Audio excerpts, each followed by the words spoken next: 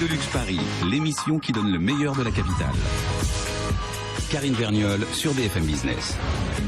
C'est un fait, on l'a vu se multiplier ces derniers temps. Les corners des grands magasins s'ouvrent aux enseignes du web. Pour autant, les tendances de consommation du e-commerce sont-elles toutes adaptables au commerce physique? C'est ce que nous allons voir avec nos invités. Nous sommes en plateau avec Guillaume Petit. Bonjour. Bonjour. Directeur produit et partenariat de Made in Design, numéro 1 de la vente en ligne de design, et qui vient d'installer justement sa première boutique physique au BHV Marais. Nicolas Jeanbrun également est avec nous. Bonjour. Bonjour. Président de HopShop, une plateforme de publication d'annonces de location de boutiques éphémères. Donc ça intéresse souvent justement ces fameuses enseignes du e-commerce. Jean-Daniel Pic, bonjour. Bonjour. Associé au cabinet E&Y, anciennement Ernst & Young, vous êtes notre expert aujourd'hui. Et puis nous sommes également avec Hélène Cornet, journaliste de la rédaction de BFM Business. Alors je disais Hélène, le BHV Marais qui accueille Made in Design depuis le 10 novembre dernier au 4e étage. Mais ce n'est pas le seul exemple. Aujourd'hui, les grands magasins cherchent finalement à se renouveler, à intégrer un petit peu ces nouvelles formes de commerce. Et c'est un phénomène assez récent, Hélène. Oui, je vais vous faire un petit peu l'historique. Alors, il y a 10-15 ans, les boutiques cherchaient plus ou moins à avoir un site Internet. Le luxe s'y est mis un peu plus tard parce que luxe et Internet, ça va pas toujours ensemble. Internet cadre souvent mal avec l'image des produits haut de gamme. Puis sont venus les pure players. Alors là, c'était du net et puis rien que du net, avec une offre très large et des prix souvent imbattables. Et aujourd'hui, renversement de tendance. Les mastodontes du net ouvrent aujourd'hui des boutiques en dur, même Amazon à Seattle. On a vu le cas par exemple de La Redoute et de sa marque maison mobilier déco à MPM qui a ouvert donc un corner au BHV, de Spartoo dans la chaussure qui envisage aussi d'autres ouvertures après celle de Grenoble, et puis des sites internet plus pointus comme le Concept Store pour enfants, Smallable, qui vient d'ouvrir juste la semaine dernière rue du Cherche-Midi à Paris, ou Made in Design avec une sélection de marques design assez pointues et qui lui aussi a choisi un grand magasin pour être visible. Alors justement, dites-nous tout Guillaume Petit, pourquoi vous arrivez là en magasin physique et pourquoi dans un grand magasin ? Alors, la volonté de Made in Design a toujours été d'avoir, en prolongement du site internet, des boutiques physiques. On avait envisagé, avant d'être contacté par le BHV, d'ouvrir des pop-up shops à Paris sur l'année 2015. Le BHV nous a approchés. On a été assez vite intéressé par le projet parce que Made in Design, c'est la démocratisation du design depuis 16 ans. Et le BHV a un ADN assez commun avec Made in Design qui est, en fait, c'est un magasin très accessible, simple d'accès et assez décomplexé en fait. Très accessible, on ne parle pas forcément des prix, on est quand même accessible intellectuellement, voilà. Enfin, je pense qu'on passe assez facilement les portes de ce grand magasin. Même si on a besoin de rien, c'est un petit peu ça l'idée. C'est ça, exactement. Voilà. Ce qui est intéressant dans ce que vous venez de dire, c'est le BHV qui vous a appelé. C'est le BHV qui nous a appelés, tout à fait. Alors là, je me tourne vers vous, Jean-Daniel Pic. Pourquoi les grands magasins ont besoin aujourd'hui d'appeler Made in Design, mais d'appeler aussi d'autres enseignes? On y viendra dans un instant. Un grand magasin comme le BHV ou comme le Bon Marché sont des lieux uniques. Donc il faut qu'ils ressemblent à personne d'autre. Donc sont des éditeurs d'une certaine façon. Donc ils construisent leur offre et ils vont chercher des aspérités. Et Made in Design, voilà, ça n'existe nulle part ailleurs. Donc voilà, c'est certainement une bonne idée pour les deux parties. Mais il y a d'autres marques de déco. Ils auraient pu aller chercher des marques ou des marques de design qui ne sont pas sur le web. Là, ils sont allés chercher spécifiquement une réussite du web. Oui, mais ils ont d'abord dans la décoration. Il n'y a pas beaucoup de marques qui déploient des réseaux de points de vente. Donc, ils ont déjà beaucoup de marques. Si vous cherchez un luminaire à Paris, la meilleure offre de luminaire à Paris, c'est le BHV.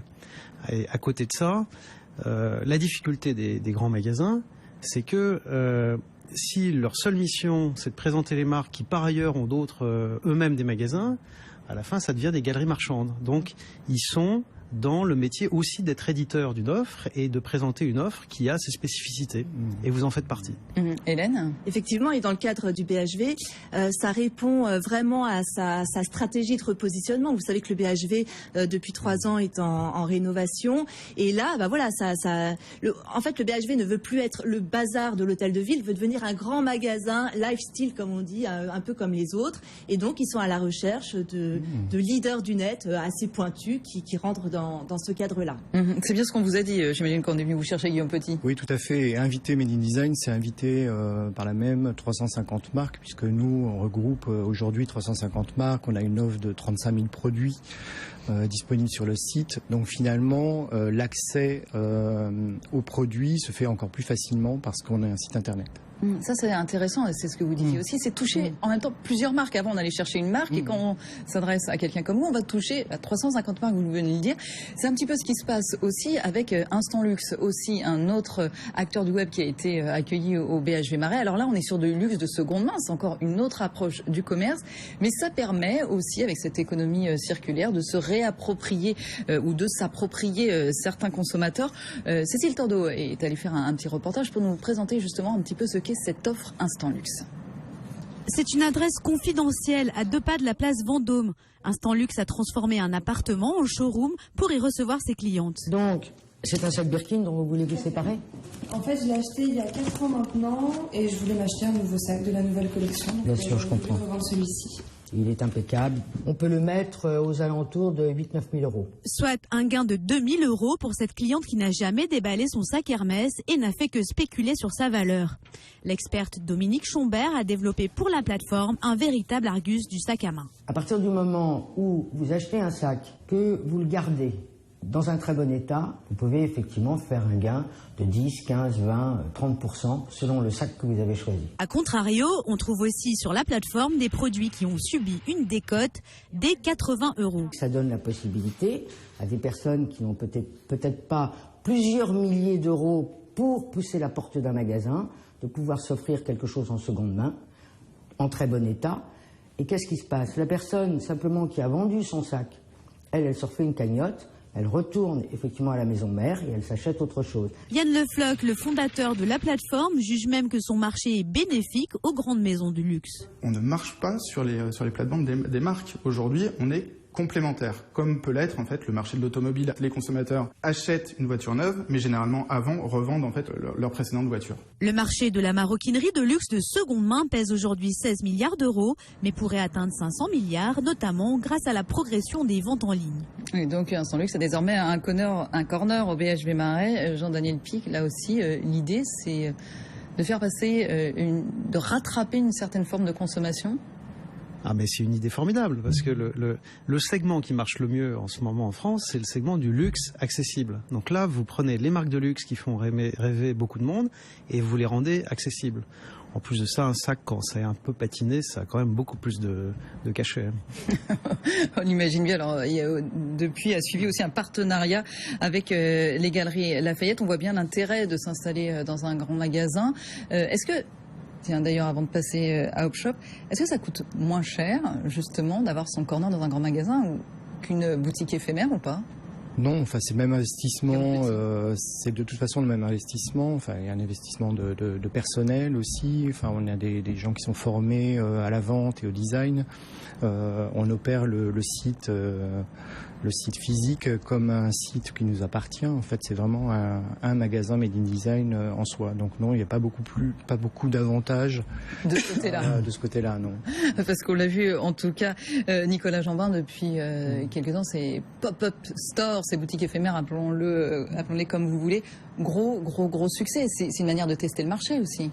Oui, absolument, c'est une manière de tester le marché, mais je pense qu'on est à la conjonction de plusieurs phénomènes. Nous, on avait réalisé il y a 1 an une étude avec Ipsos pour voir un petit peu les attentes du consommateur, et c'est vrai qu'aujourd'hui, le consommateur, il a besoin de renouvellement. Je pense que c'est aussi un petit peu la démarche du BHV Marais quand ils font venir des plateformes comme Made in Design, c'est que le consommateur, il a besoin d'avoir une offre renouvelée, de voir des choses qui sortent un petit peu des sentiers battus, au-delà de l'offre standardisée qu'on peut avoir à droite ou à gauche. Il y a un besoin de renouvellement. De l'autre côté, le pop-up store, justement, ça permet d'avoir cette grande agilité, de pouvoir être à un instant comme on l'a fait dans toute la France en faisant une tournée des boutiques comme on l'a fait avec les petits Frenchies. Ça peut être d'ouvrir 10 magasins en même temps comme on l'a fait dans la Jeune Rue cet été avec une 30aine de marques. Ça peut être d'ouvrir 21 pop-up stores sur le parvis de la gare Saint-Lazare, par exemple, comme on le fait aujourd'hui. Et ça permet d'ouvrir un petit peu partout, non seulement dans les centres commerciaux, dans les grands magasins, mais aussi dans des endroits qui ne sont pas nécessairement fait pour la vente au départ. C'est-à-dire qu'on va pouvoir le faire dans un spa, sur un rooftop d'hôtel, dans une péniche, dans un moulin. On va pouvoir ouvrir un magasin. Et je crois qu'aujourd'hui, à la fois le consommateur a envie de vivre des expériences un peu différentes, c'est-à-dire d'acheter dans un contexte différent. Et les marques aussi ont envie d'avoir cette agilité, cette capacité à se déployer très rapidement un peu dans tous les lieux. Jean-Daniel Pic, c'est ça ce qui va faire la réussite, effectivement, parce que toutes les enseignes qui sont sur le web, toutes les marques qui se sont lancées sur le web se posent la question, est-ce qu'il faut aller au physique? On voit de plus en plus, ils viennent. Ça, c'est peut-être la solution, justement, la boutique éphémère. En tout cas, c'est une solution, parce que c'est très difficile en réalité de rentrer dans le monde réel des magasins quand vous êtes un opérateur sur Internet. Parce que le consultant que je suis va dire, en fait, vous passez d'un monde de frais variables à un monde de frais fixes. Concrètement, qu'est-ce que ça veut dire? Ça veut dire que vous payez un pas de porte, vous devez rénover un magasin, vous devez avoir au minimum une personne dans le magasin. En réalité, c'est généralement plusieurs personnes. Ce que je viens de décrire, c'est un monde de frais fixes. Et tout ça, même si vous vendez rien du tout, ça vous coûte exactement la même somme tous les jours. Et vous devez le faire le chèque à la fin du mois. Donc, c'est compliqué. Le monde des magasins dans le monde réel, c'est un monde qui est hautement capitalistique. Il faut mettre beaucoup d'argent sur la table pour déployer un réseau de points de vente. Donc ça explique deux choses.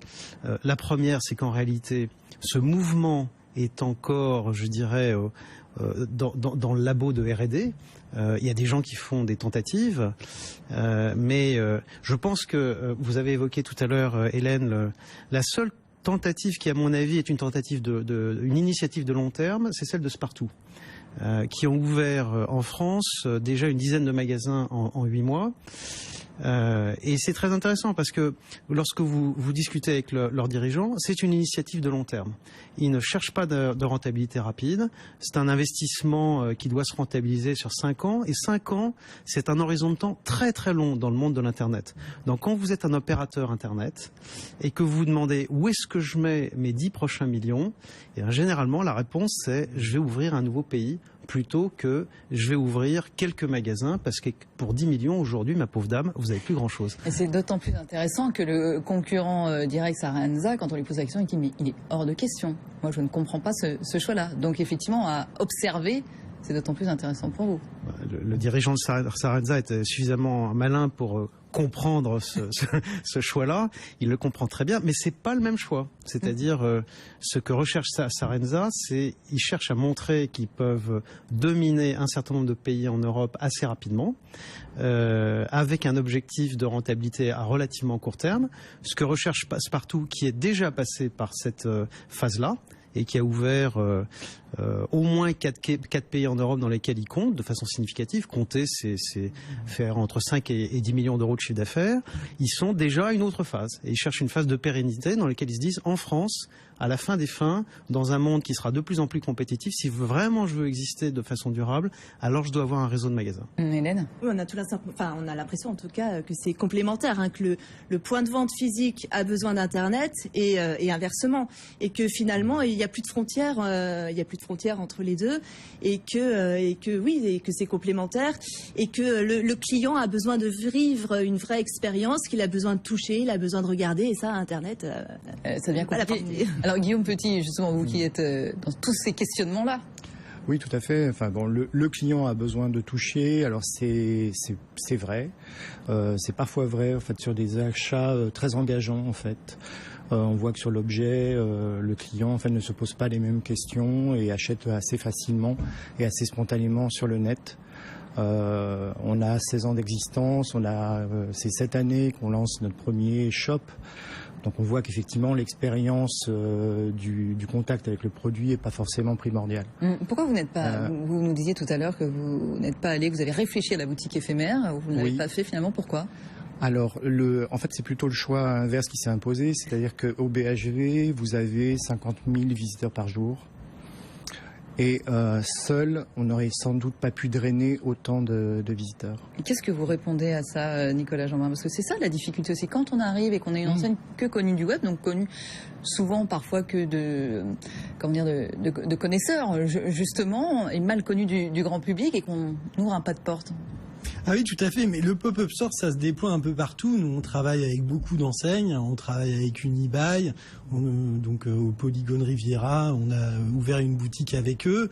On travaille aussi avec A2C, donc qui est la foncière de la SNCF. Là, sur le parvis de Saint-Lazare, c'est vrai qu'on a un trafic naturel. Du coup, on a l'assurance d'un certain trafic. Centaines de milliers de personnes par jour. Et pour nous, c'est très important d'avoir ce partenariat avec une grande entreprise. Maintenant, il y a d'autres lieux où on va faire venir le trafic par une autre dynamique. C'est-à-dire, par exemple, lorsqu'on ouvrait avec les petits Frenchies, on pouvait ouvrir au fin fond d'une impasse à Lyon, par exemple. Ils ont une communauté sur Internet qui est tellement forte. Même si on n'ouvrait que 3 jours, dès le premier jour d'ouverture de la boutique, il y avait des gens qui faisaient la queue dans la boutique parce qu'ils ont 120 000 fans sur Facebook. Et ces gens-là, ils sont complètement en interaction avec la marque Les Petits Frenchies.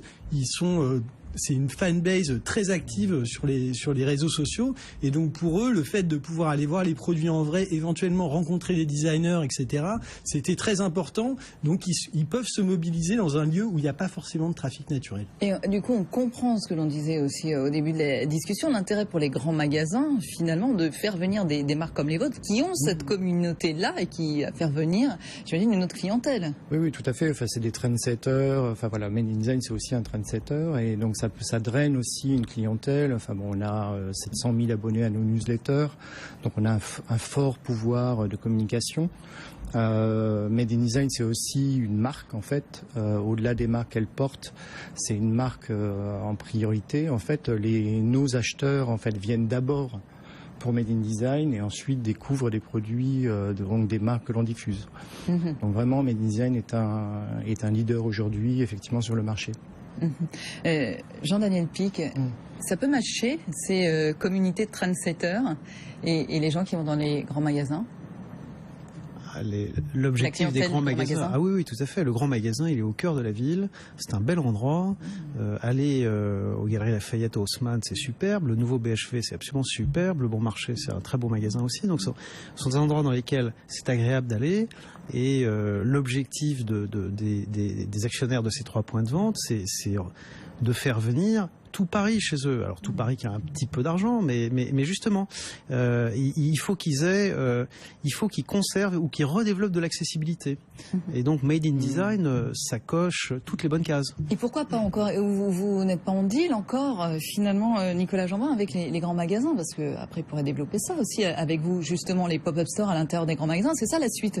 On demande qu'à les rencontrer. C'est vrai qu'aujourd'hui, nous, on travaille plutôt avec des grandes foncières qui peuvent aussi permettre de se déployer dans toute la France. Parce que, par exemple, avec la compagnie de Salzbourg, on va se déployer à Metz, dans des lieux.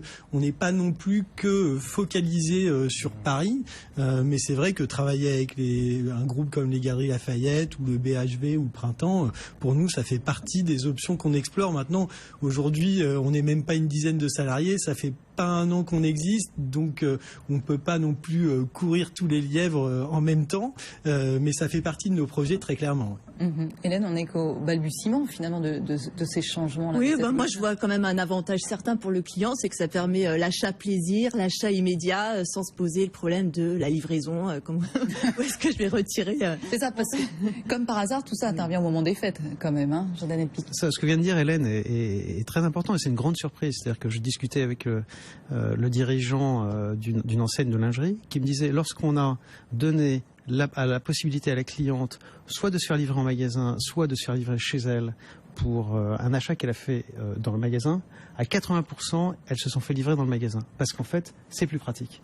Eh oui, donc voilà, retour au magasin, ce sera la conclusion. Merci beaucoup Jean-Daniel Pic, associé au cabinet E&Y, anciennement Ernst & Young, Guillaume Petit, directeur produit et partenariat de Made in Design, Nicolas Jambin, président de Hopshop et Hélène Cornet, journaliste à BFM Business. Merci beaucoup à tous les 4. Restez avec nous, Good Luxe Paris continue dans un instant, juste après le rappel de l'actualité sur BFM Business.